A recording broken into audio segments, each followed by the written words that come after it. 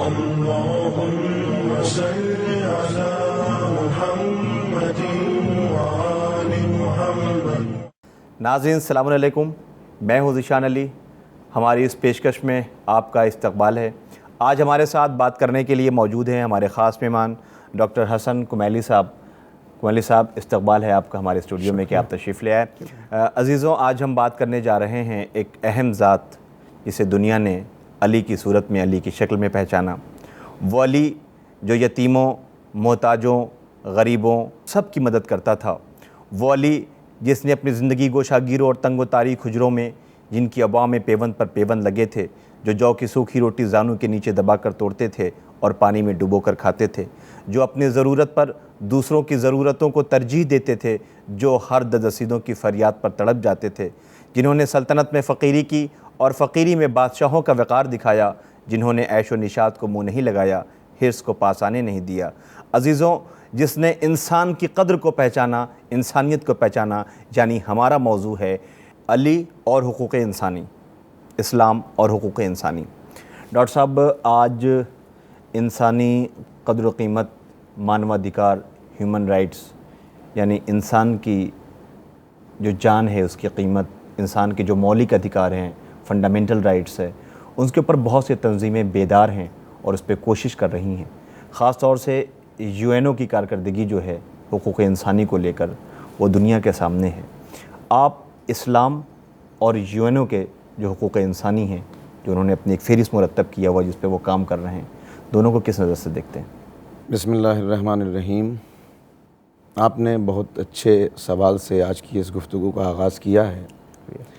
سب سے پہلے تو میں آپ کی خدمت میں یہ عرض کروں کہ مختلف تنظیمیں جو آج موجود ہیں، ان کے ذریعے سے اور جو ہیومن رائٹس کے چیمپئن بنے ہوئے ہیں، جو اپنے آپ کو تعارف اپنا کراتے ہیں اس دنیا کی بڑی قوتوں، سپر پاورز ہونے کی حیثیت سے، انہوں نے یہ تصور دینے کی کوشش کی ہے کہ حقوق انسانی کا واقعی تصور اگر دنیا میں کسی نے پیش کیا ہے تو انہوں نے ہی پیش کیا ہے۔ یہ کہا جاتا ہے کہ لوگ واقف ہی نہیں تھے کہ حقوق انسانی نام کی بھی کوئی شے ہوتی ہے۔ انگلستان کے میگنا کارٹا کے ذریعے سے اس کا تصور پیش کیا گیا اور سب سے پہلے لوگوں کو معلوم ہوا 17ویں عیسوی میں کہ انسان کے کچھ حقوق ہوتے ہیں، اور اس کے بعد 1800 عیسوی تک آتے آتے اس کے لیے عملی کوشش کی گئی۔ یعنی 100 سال کا عرصہ تو وہ گزرا ہے کہ جب یہ تعارف کرا کر کے حقوق انسانی ہوتے ہیں اور اس کا صحرا اپنے سر باندھ کر اس پر کوئی عملی کوشش نہیں کی گئی، اور 1800 عیسوی کے بعد سے بھی جو کوششیں کی گئیں حقوق انسانی کے تحفظ کے لیے، کرایا گیا جی ابھی انٹروڈیوس کرایا گیا، اور اس کے بعد بھی جو کوششیں ہوئیں وہ صرف کاغذ پہ رہیں، زمین پہ نہیں آئیں، یعنی ان میں سے کسی بھی بات کے اوپر عمل نہیں ہوا۔ پھر جو حقوق انسانی کا انہوں نے تصور دیا اور یہ کوشش کی، جیسا کہ مزاج ہے ان کا کہ ہر اچھی بات کو اپنی طرف منسوب کر کے اس کا صحرا اپنے سر باندھنا چاہتے ہیں، تو جو تصور دیا وہ تصور بھی اس میں جو حقوق رکھے، جن حقوق کے تحفظ کی بات کی گئی، وہ تمام انسانوں کے لیے نہیں تھے، بلکہ وہ حقوق تھے وائٹ ریس کے لیے۔ اپنی گوری چمڑی والے جو افراد ہیں، اپنے جو شہری ہیں، اپنے جو ہم عقیدہ ہیں، ان کے حقوق کا تحفظ ہو جائے اور اسی کو حقوق انسانی کا نام دیا جائے۔ یعنی انسان کو بھی 2 حصوں میں تقسیم کر دیا۔ جی بالکل، انسان کو 2 حصوں میں تقسیم کر کے برتری ان کے لیے ہے جو ہماری نسل سے تعلق رکھتے ہیں، وہ سب سے زیادہ سپیریئر ہیں کہ جن کا تعلق ہمارے عقیدے، ہمارے مذہب اور ہماری ریس سے ہے۔ یعنی حقوق کا تحفظ ان کا ہوگا جن کا تعلق ان کے عقیدے سے ہے، ان کے شہر سے ہے، ان کی ریس سے ہے، انہی کے لیے ساری برتری ہے، انہی کے لیے ساری سپیریئرٹی ہے۔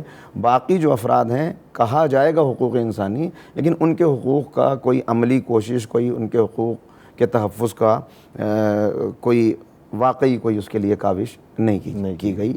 اب بات آپ نے کی کہ UN اور UN کو اقوام متحدہ کی جگہ میری نظر میں اگر اقوام منتشرہ کہا جائے تو زیادہ بہتر، اس لیے کہ UN نے جو چیزیں دی ہیں وہ نہ کل قابل عمل تھیں نہ آج قابل عمل ہیں، اس لیے کہ UN اصل میں ایک خاص طبقے کی نمائندگی خاص افراد کی پاکٹ آرگنائزیشن بن کے رہ گئی ہے. خون بہہ رہا ہے. سب سے زیادہ جو انہوں نے بات کی تھی وہ جینوسائیڈ کی تھی, اور وہ کتنے قوانین اس کے لیے بنائے گئے, وہ کتنی باتیں لائی گئیں. لیکن آج آپ دیکھ لیں کہ جینوسائیڈ کا سلسلہ اس انداز سے جاری ہے کہ دنیا کے تقریباً ہر خطے میں قتل عام ہو رہا ہے, خون بہایا جا رہا ہے. کہاں ہیں حقوق انسانی کے تحفظ کا دعویٰ کرنے والے؟ کیا کر رہا ہے یو این او؟ کیا یو این او نے اس کے لیے رول پلے کیا؟ یو این او کا 53rd کانفرنس ہوئی ہے, اس کے اندر جو ایجنڈا انہوں نے دیا ہے وہ خود اعتراف کرتے ہیں اس بات کا کہ ہمارا جو اولین مقصد تھا وہ یہ تھا کہ ہر ملک میں حقوق انسانی کا تحفظ ہو جائے, مگر اعتراف کیا کہ آج بھی 80 سے زیادہ ممالک ایسے ہیں کہ جن میں حقوق انسانی کا تحفظ کرنے میں ہم تقریباً ناکام ہو گئے ہیں. اس بات کا اعتراف کیا. پھر یو این او کا جو ایجنڈا میں جو دوسری چیز آتی ہے وہ دوسری چیز یہ ہے, یعنی ایک تو حقوق کا تحفظ ہو جائے, اور حقوق کے تحفظ کے بعد جتنے غریب لوگ ہیں جو بنیادی ضرورتیں ہیں وہ بنیادی ضرورتیں پہنچ جائیں. اس میں بھی وہ تقریباً ناکام ہو گئے. اس کے بعد آرمز کنٹرول کی بات آتی ہے ان کے ہاں کہ ایک ایسی دنیا ہم بنا سکیں کہ جو اسلحے سے پاک دنیا ہو رہا ہے ان سب کے اوپر عمل, کسی بھی چیز کے اوپر عمل نہیں ہو رہا ہر جگہ, بلکہ اسلحے دی نظر اسلحے ہیں جو اقوام متحدہ میں کا سب سے زیادہ ڈنکا پیٹتے ہیں, وہ سب سے زیادہ اسلحہ فروش کر رہے ہیں, وہ سب سے زیادہ بدامنی پھیلا رہے ہیں دنیا کے اندر. اب اس کے برعکس آپ نے کہا کہ اسلام, تو اسلام میں پہلی بات تو میں آپ کی خدمت میں یہ عرض کروں گا کہ اسلام نے جو حقوق دیے ہیں انسان کو, وہ حقوق کسی لیجسلیچر یا بادشاہ کے دیے ہوئے حقوق نہیں ہیں کہ آج ہم نے حقوق دیے کل واپس لے لیے, بدل دیے. بادشاہ بڑی طاقتیں جب تک چیزیں دیتے ہیں, جب تک ان کے لیے کوئی پریشانی نہیں ہوتی, اس کے اوپر عمل ہوتا رہے یا نہ ہوتا رہے, بہرحال یہ کوشش کی جائے, بعد میں اسے واپس لے لیتے ہیں. لیکن اسلام نے جو حقوق دیے ہیں وہ حقوق دائمی حقوق ہیں, وہ حقوق ایٹرنل ہیں, ان کے اندر کبھی کوئی تبدیلی نہیں آ سکتی. اگر مسلمان ان قوانین کے مطابق وہ حقوق جو اللہ نے, قرآن نے, رسول نے, ائمہ طاہرین نے عطا کیے ہیں, مولا کائنات نے جو اصول بتائیں اس کے مطابق عمل کر رہا ہے تو حقوق کا تحفظ کر رہا ہے اور وہ مسلمان ہے. اور اگر حقوق کا تحفظ نہیں کر رہا تو کچھ بھی کر لے وہ جی اپنی زبان سے مسلمان ہوتا رہے, اپنی زبان سے اپنے آپ کو اسلامی حکومت کہتا رہے, نہ وہ حکومت اسلامی ہے نہ وہ فرد مسلمان ہے. حقوق کا تحفظ کہاں سے دیا؟ اللہ نے عطا کیا نا, اور اللہ خالق ہے ہر ایک کا. لہٰذا یہ حقوق جیسا کہ وہاں تھا کہ رنگ اور نسل کی بنیاد پر ہیں, شہریوں کی بنیاد پر ہیں, یہاں حقوق دیے سب کے لیے, جو بھی بندہ خدا ہے, جو بھی اللہ کا بندہ ہے اس کے لیے حقوق ہیں, اور ان حقوق کا تحفظ. اچھا, یہ حقوق عطا کیوں ہوئے, ذرا یہ بھی میں اس پہ تھوڑا سا یہاں پہ رک کے بات عرض کر دوں. اللہ نے انسان کو جو خلق کیا ہے تو اشرف المخلوقات بنا کے بھیجا, مگر ضعیف بنا کے بھیجا ہے. انسان ضعیف ہے, کمزور ہے, سہارے کے بغیر آگے نہیں بڑھ سکتا. ہر مرحلے کے اوپر اسے سہارے کی ضرورت, سپورٹ چاہیے. ایک بچہ ماں کی سپورٹ, باپ کی سپورٹ, بھائی بہنوں کی سپورٹ, پھر باہر نکل کے معاشرے میں آ گیا تو اب تعلیم حاصل کرنے کے لیے استاد کی سپورٹ, پھر اگر معاشرے کے اندر دوسری چیزیں, کہیں ڈاکٹر کی سپورٹ ہے, کہیں, یعنی ہر مرحلے کے اوپر. تو جب وہ دوسروں کا سہارا لے رہا ہے تو اب خود بخود جب دوسروں کے سہارے سے آگے بڑھ رہا ہے, خود بخود اس کے کچھ فرائض پیدا ہو گئے ان تمام افراد کے لیے کہ جن کا اس نے سہارا لیا ہے. تو یہ جو اس کے لیے فرائض ہیں یہی ان کے حقوق بن جاتے ہیں. میرا فرض ہے اپنے والدین کے لیے, وہ والدین کا حق بن گیا. بے شک. اس کا تصور اسلام نے دیا, ہر فرد بشر کو دیا, ہر ذی روح کو دیا, ہر سانس لینے والے کو دیا, اور ان کی ادائیگی کو لازم اور واجب قرار دیا. اس میں مولا کائنات کا آپ نے ذکر کیا, اور آج انہی کی شخصیت کے اس پہلو پر ہمیں روشنی ڈالنی ہے. لہٰذا میں عرض کروں کہ مولا کائنات نے جو حقوق کا تصور دیا ہے, اپنے نہیں, اگر میں کوئی بات کہوں تو میں تو ہوں ہی چاہنے والا, لہٰذا میں تو کہوں گا ہی.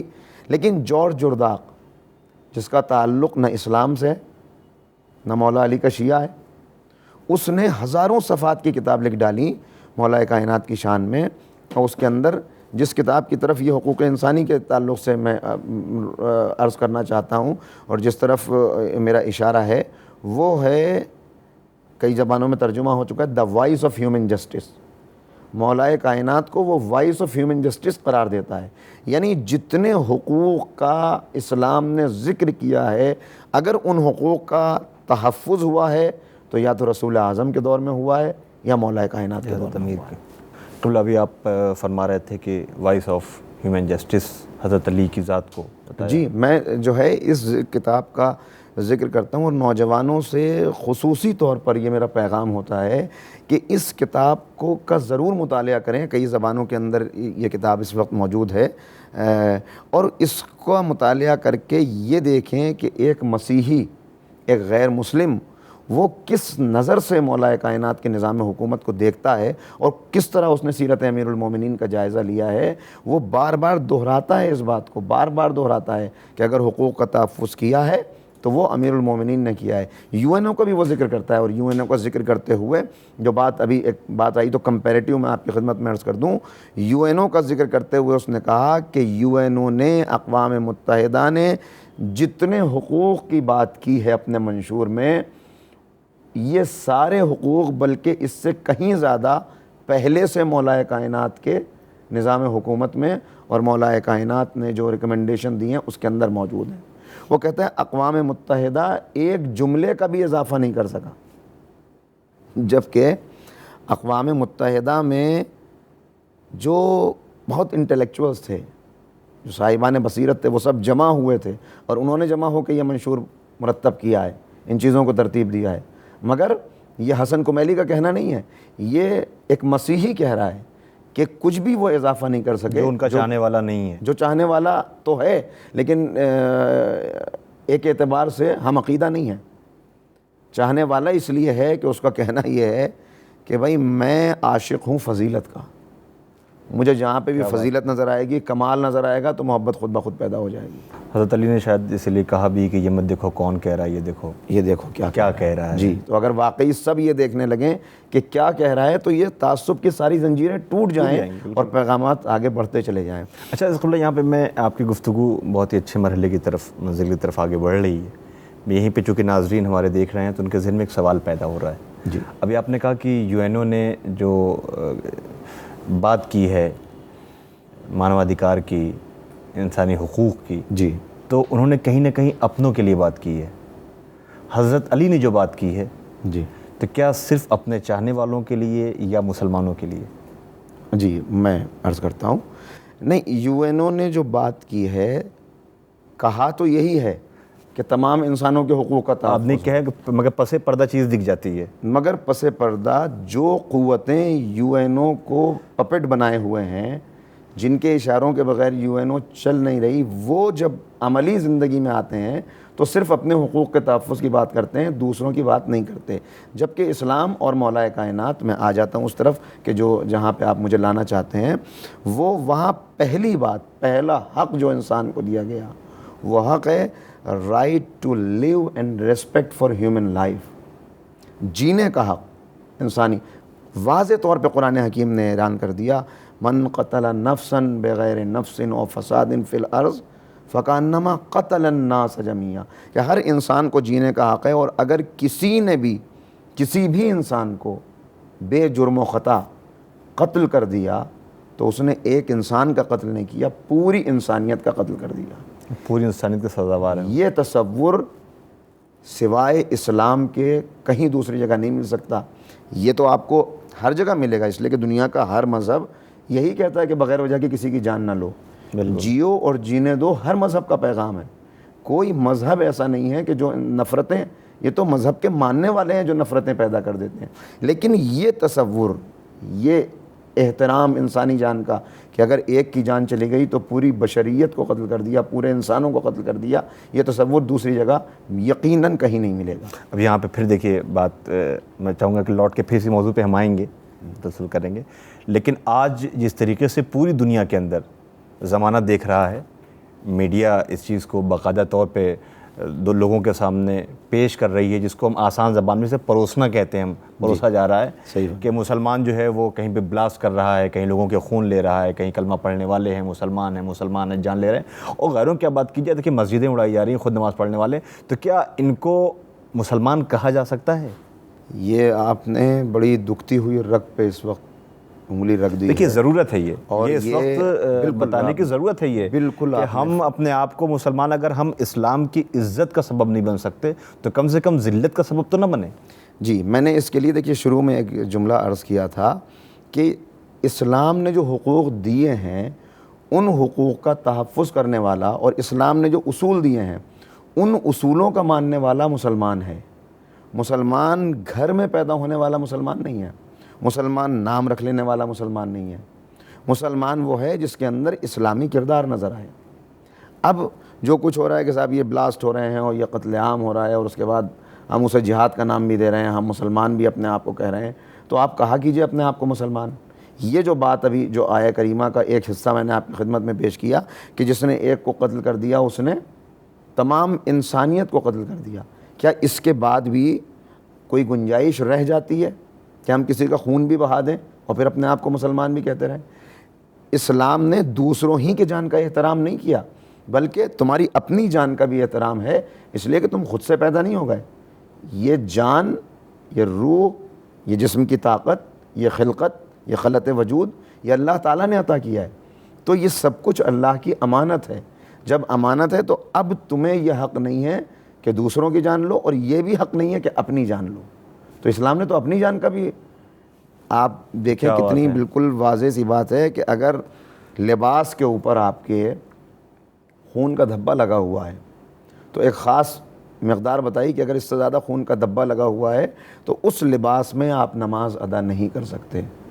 تو ذرا سوچنے کی بات ہے، کیا اس میں کچھ کہنے کہ جو جسم پر، جو لباس پر، جسم کی بات نہیں ہے، جو اللہ لباس پر ایک خون کا دھبا برداشت نہیں کر سکتا، کیا پورا دوسروں کے انسانوں کے خون میں ڈوبے ہوئے پوری آستینیں خون میں سنی ہوئی، اس کے بعد مسلمان قبول کر لیا جائے گا آپ کو؟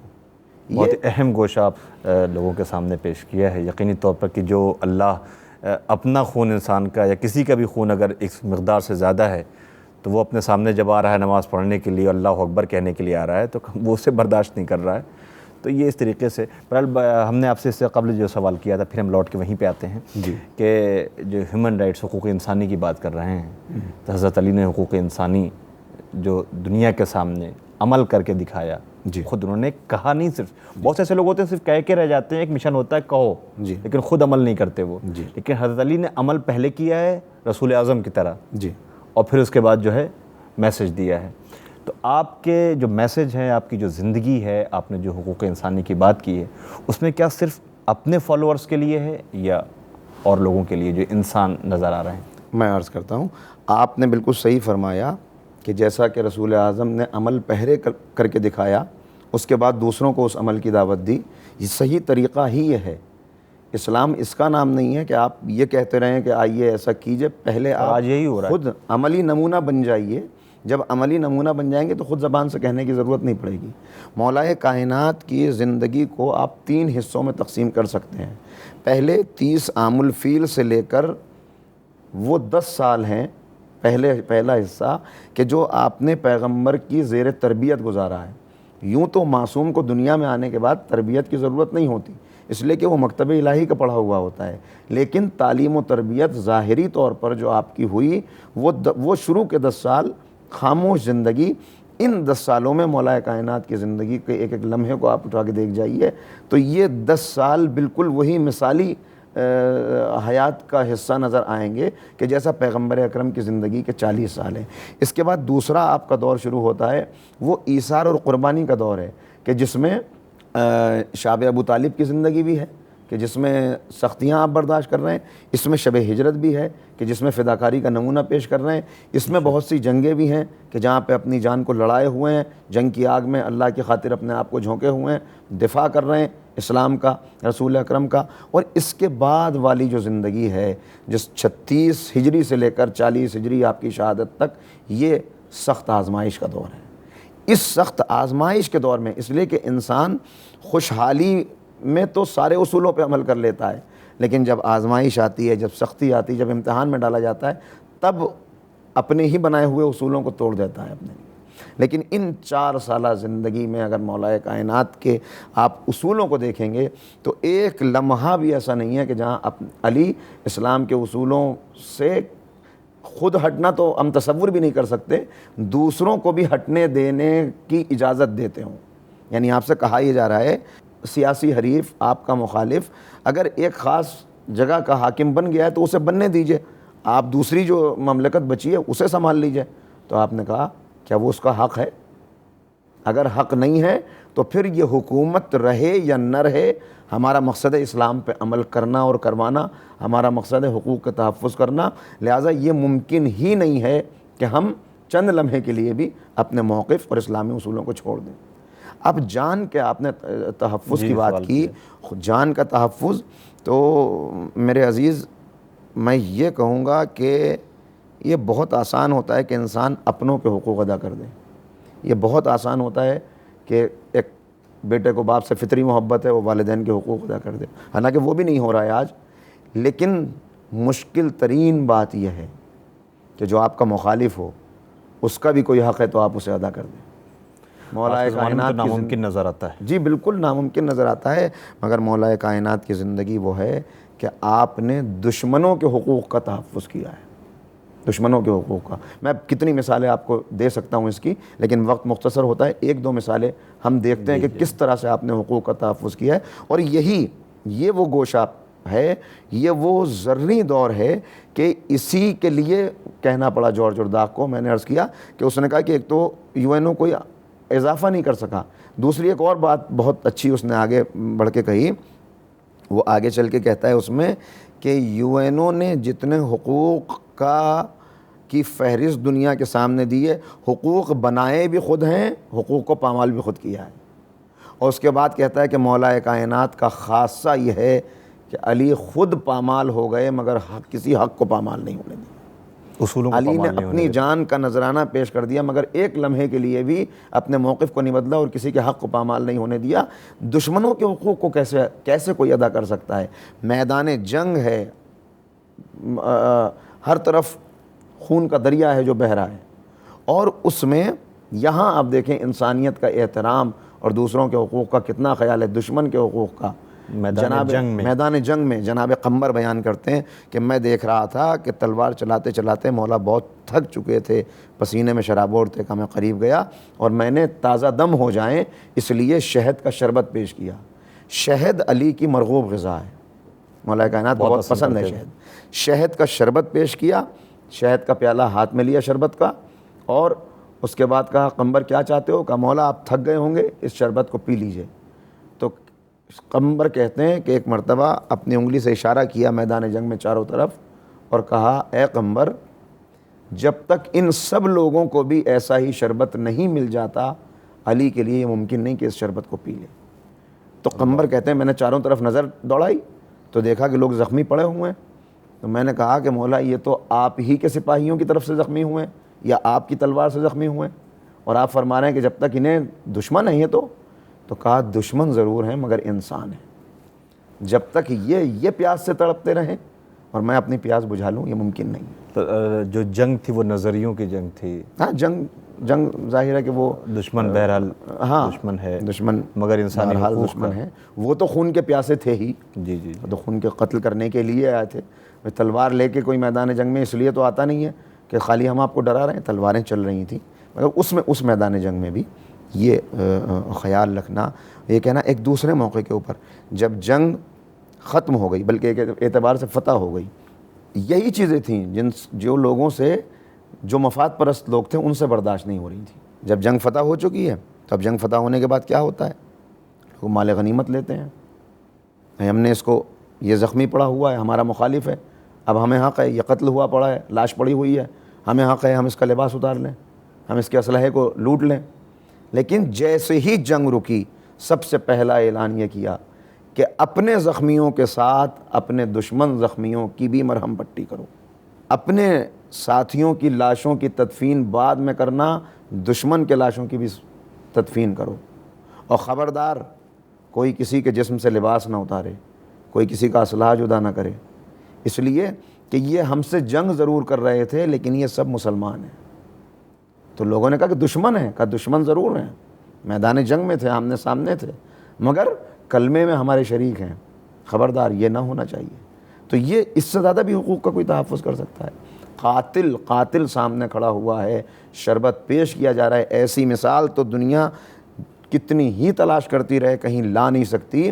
آج مہاتما بدھ کا بڑا ذکر کیا جاتا ہے، اور مہاتما بدھ کا جو فضیلت ان کی بیان کی جاتی ہے، جو ان کی سیرت، اس کے اندر ایک بات یہ ہے کہ صاحب مہاتما بدھ اس لیے اتنے مہان بنے، اس منزل تک پہنچے کہ ایک رات ان کے استاد نے ان سے پانی مانگا، وہ پانی لے کے پہنچے تو استاد سو چکے تھے، تو وہ رات بھر کھڑے رہے اس انتظار میں کہ ایسا نہ ہو کہ میرے استاد کو پھر پیاس لگے، وہ پانی پلانے والا کوئی نہ ہو۔ تو یہ اس کو جو ہے تصویری شکل میں بھی کئی جگہ پر پیش کیا گیا، مصور کی نگاہ سے دکھایا گیا اس واقعے کو، اور بڑی اس کی چرچا ہوئی کہ صاحب اپنے استاد کو پانی پلانے کے لیے رات بھر کھڑے رہے، سوئے نہیں۔ بہت اچھی مثال ہے، واقعی بہت اچھی ہے، لیکن کیا ایسی بھی کوئی مثال لا سکتا ہے کہ قاتل سامنے کھڑا ہوا ہے، شربت پیش کیا جا رہا ہے، اور آپ کہہ رہے ہیں جب تک میرے قاتل کو بھی ایسا ہی شربت نہ پلا دیا جائے اس وقت تک میں اسے نوش ایسا ہی جیسا میرے لیے ہے ویسا ہی اس کے لیے ہونا چاہیے۔ لوگ سوچتے ہیں اور سوچ سکتے ہیں، وہ سوچنا بجا ہے ایک عام انسان کے ذہن اور بصیرت کے اعتبار سے کہ کیا قاتل کے ساتھ ایسا سلوک، مگر قاتل کے ساتھ ایسا سلوک کرنے والا وہی ہو سکتا ہے کہ جس نے حقوق انسانی کا تصور دیا ہو، حقوق انسانی کا تحفظ کیا ہو، اور عملی طور پہ یہ کر کے بتایا ہو کہ کیسے حقوق کو محفوظ کیا جا سکتا ہے۔ قبلہ، ہم بہت شکر گزار ہیں آپ کے کہ آپ نے جو باتیں ہمارے ناظرین کو بتائیں، اور اگر آج سماج میں، معاشرے میں اس پہ عمل کیا جائے تو آج جو لوگوں کے اندر خوف ہے ایک دوسرے کو لے کر کے، ایک ڈر جو بیٹھا ہوا ہے، یہ دور ہو سکتا ہے، سماج صحت مند ہو سکتا ہے۔ ہمارے پاس قبلہ وقت افسوس ہے کہ ختم ہو رہا ہے، اور ایسے موقعوں پہ ہی وقت کا اندازہ ہوتا ہے۔ میں چاہوں گا کہ ایک تھوڑا سا وقت جو ہمارے پاس بچا ہے اس میں قیمتی مشورے ہمارے ناظرین تک آپ پہنچا دیں حضرت علی اور ہیومن رائٹس کے عنوان سے۔ حضرت علی اور حقوق انسانی کے حوالے سے میں اپنے ناظرین کو پہلی بات تو یہی ان کی خدمت میں عرض کرنا چاہوں گا کہ مولا کائنات کی زندگی کو دیکھیں تو صرف ہسٹری سمجھ کے، تاریخ سمجھ کے، واقعہ سمجھ کے نہ پڑھیں، فضیلت کی داستان سمجھ کے نہ پڑھیں، بلکہ آپ کی زندگی کی تعلیمات کو اپنی زندگی میں اتارنے کی کوشش کریں۔ جب مولا کائنات اتنے بڑے محافظ ہیں حقوق انسانی کے، تو پھر ہم دیکھیں کہ اگر ہم علی کے چاہنے والے ہیں تو ہم نے کتنا حقوق کو ادا کیا ہے۔ اور مختصر پیغام یہی ہو سکتا ہے کہ حقوق کو ادا کرنے میں اکثر یہ ہوتا ہے کہ ہم غیروں کے حقوق تو ادا کر دیتے ہیں مگر اپنوں کے حقوق انسان سے پامال ہو جاتے ہیں۔ لہٰذا جو آپ کے قریبی ہیں، اب اتنا غور کریں کہ ہم علی کے چاہنے والے ہیں، اگر دوسرے حقوق کو پامال کر رہے ہیں تو ان کے پاس کوئی آئیڈیل نہیں ہے، ان کے سامنے کوئی عملی نمونہ نہیں ہے، لیکن ہمارے سامنے ائمہ طاہرین اور ابو الائمہ مولا کائنات مولا متقیان حضرت علی ابن ابی طالب علیہ السلام کا عملی نمونہ موجود ہے۔ والدین کے حقوق کو ادا کریں، بھائی بہنوں کے حقوق کو ادا کریں، پڑوسیوں کے حقوق کو ادا کریں، استاد کے حقوق کو ادا کریں، جنہوں نے ہمارے ساتھ نیکی کی ہے ان کے حقوق کو ادا کریں، جنہوں نے نیکی نہیں بھی کی لیکن انسانی اعتبار سے یہاں تک ہیں حقوق کہ اگر آپ مسافر ہیں اور چل رہے ہیں راہ تو مسافر کا بھی آپ کے اوپر حق ہے۔ اتنے حقوق ہیں۔ مولا کائنات ہی کے پوتے حضرت علی ابن الحسین، انہوں نے پورا رسالۃ الحقوق امام کے جو علمی آثار ہیں ان کے اندر موجود ہے، اس میں جو حقوق قرار دیے ہیں اس کا بھی میرے ناظرین، میرے نوجوان ضرور مطالعہ کریں، اور خاص طور پر کیسے کتنی نازک منزلیں ہیں کہ امام وہاں پہ فرماتے ہیں کہ اگر تم ایک دوسرے کے پاس کچھ دیر کے لیے بیٹھ گئے کسی مجلس میں، کسی محفل میں، کسی دسترخوان پہ، تو اب پہلو میں بیٹھنے والے کا بھی تمہارے اوپر حق واجب ہو گیا، اس کا بھی تمہیں حق ادا کرنا ہے۔ تو ان کا اگر ہم خیال رکھیں تو یہ دنیا ایک جنت کا نمونہ بن جائے اور ہر طرف امن و امان ہو جائے۔ تو ناظرین، آپ نے دیکھا کہ ہمارے ساتھ جو ہمارے مہمان آئے ڈاکٹر حسن کمیلی صاحب، جنہوں نے بڑے قیمتی مشورے آپ کو دیے ہیں۔ ناظرین، تو وقت ہو چلا ہے اگلے پروگرام کا، ہمارا وقت ختم ہوتا ہے، اور جو باتیں آپ نے سنی ہیں مجھے یقین ہے کہ انشاءاللہ اسے اگر ہم علی کے چاہنے والے ہیں، ہم علی کے محبت کا دم بھرتے ہیں تو سب سے پہلے ہمیں خود عملی میدان میں کودنا پڑے گا اور دنیا کے سامنے ثابت کرنا پڑے گا کہ ہم اگر محبت کا دعویٰ کر رہے ہیں علی سے تو کوئی ہم پہ انگلی نہ اٹھا سکے، ہم سے شکوہ نہ کر سکے کہ ہمارا حق تم پر ہے۔ تو آئیے حضرت علی کے اس قول کے اوپر ہم اس پروگرام کو ختم کرتے ہیں، اس یقین کے ساتھ کہ ہماری پھر ملاقات ہوگی۔ حضرت علی علیہ السلام فرماتے ہیں کہ انسان کبھی انسان کو دکھ نہیں پہنچاتا بلکہ انسان سے وابستہ امیدیں دکھ پہنچاتی ہیں۔ نماز رائے گاں جائیں گی ان کی یوں قیامت میں، نہیں رکھتے خیال آل احمد جو عبادت میں۔ خدا نے خلقت ہر دو جہاں سے عرش پر پہلے مرقع نور کے 14 سجائے پہلی فرصت میں۔